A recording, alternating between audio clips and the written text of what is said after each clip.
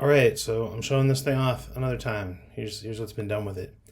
Uh, so since the last time I talked about this thing, I ended up doing a big old rewrite of a lot of stuff. I've taken apart the old graphics library that this used to run under, replaced it entirely with a different one, which does all the nice hardware acceleration. So hopefully you should see that this looks like a fair amount smoother and nicer. It takes up way less CPU juice, at least running on this MacBook. In theory, you should be able to run it even without, a GPU, but lots of stuff has GPUs nowadays, so, those are pretty normal. In addition, the UI looks a little bit different. There's a couple bits added. First off, there's like a little console where if you do something dumb, like try and run the function Gorgo, you can read your error. Well, I should fix how it's all crammed in the corner like that. But yeah, you can do stuff like that. The console. You can also print stuff to it.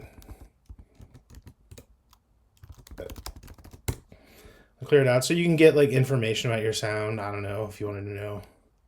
If you wanted to run some kind of algorithm and print out information in a script, you could do that and go nuts.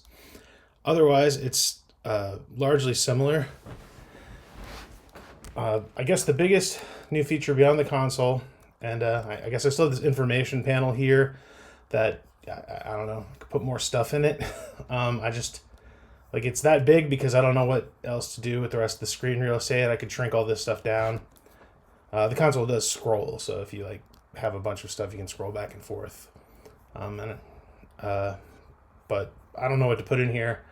Maybe I can put some stuff later, or like have ways for you to add more and different information, or some buttons to do handy things. I just don't know what.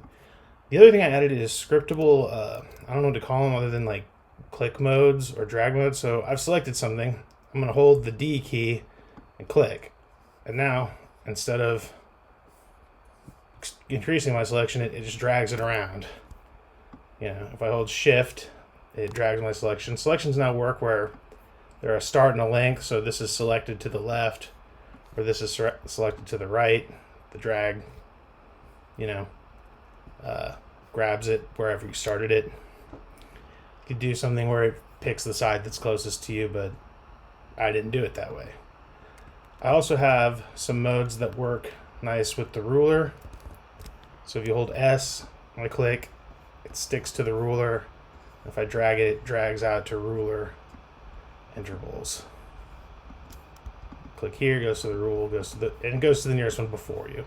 All that stuff can be done with the scripting, so you can create your own modes, have it do crazy things. Have it where when you click, it selects everything except what you clicked. I don't know. I only thought of a few. I just wanted to add the ability to make more because there's a lot of cases I could see, especially for when you're working with a ruler, when you click around for things.